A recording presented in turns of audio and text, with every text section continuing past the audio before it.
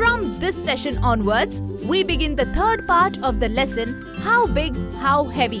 Until now, we have guided the students to learn and understand the concepts of units of length, volume and weight, determining perimeter of simple geometrical figures, perspective of 3D objects in 2D, and making shapes of cubes and cylinders.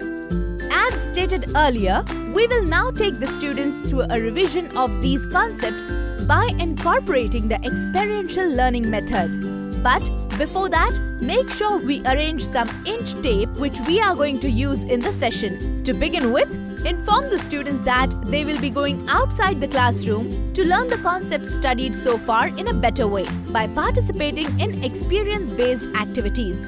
Let's take the students outside. This will encourage students to interact with the environment, thereby assisting them to learn the value of environmental awareness. Once the students are outside the classroom, divide the students into groups of 5 each. Working in groups will aid in developing the value of cooperation among the students. Begin with the first activity.